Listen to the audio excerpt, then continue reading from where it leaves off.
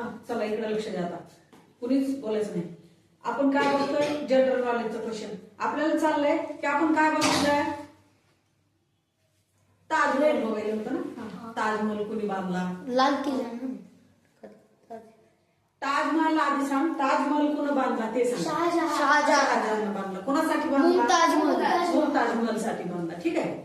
मग तो जो ताजमहल आहे ना, त्याला बांधण्यासाठी जो लागणारा दगड आहे तो कुठून आला? तो जे मार्बल आहे ना, ते मार्बल कुठून आणलं?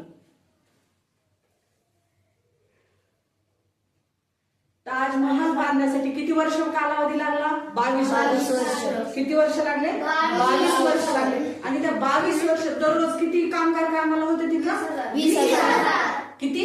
20,000. दररोज 20,000 लोकांनी काम केल्यानंतर किती वर्षानंतर ताजमहल बांधला? 22 वर्ष. कुणाच्या आठवणीत बांधला? मुमताज महल. कुणी बांधला? शहाजहान.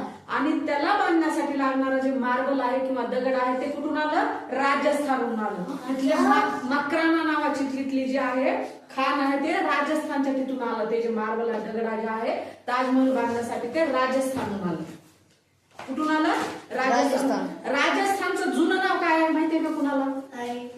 1949 पूर्वी राजस्थानला काय म्हणायचे? सांगा. 1949च्या अगोदर राजस्थानला जुनं नाव होतं, त्याला काय कोणतं नाव होतं? आहे माहिती कोणाला? तर 1949 पूर्वी राजस्थानला जुनं नाव होतं ते राजपुताना होतं. काय नाव होतं? राजपुताना.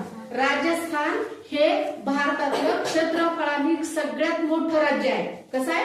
सगळ्यात मोठं राज्य आहे. ठीक आहे. राजस्थान हे भारतातलं सगळ्यात मोठं राज्य आहे. कसं? क्षेत्रफळानं. मग क्षेत्रफळ किती आहे? 3,43,324 चौरस किलोमीटर. 3,43,324 किंवा 28 चौरस किलोमीटरचं क्षेत्रफळ आहे. आणि राजस्थान हे भारतातलं सगळ्यात मोठं क्षेत्रफळानं असलेलं राज्य आहे. मग राजस्थानचं जुनं 1949 पूर्वीचं नाव काय होतं? जर असा प्रश्न आला तुम्हाला तर काय होतं?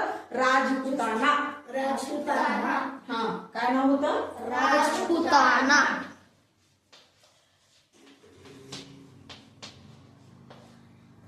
कधीचं नाव आहे हे? 1949 पूर्वीचं. काय नाव आहे? कशाचं नाव आहे? राजस्थानचं. राजस्थान हे कसं राज्य आहे? क्षेत्रफळानं सगळ्यात मोठं राज्य आहे. ठीक आहे. राहील लक्षात? ओके.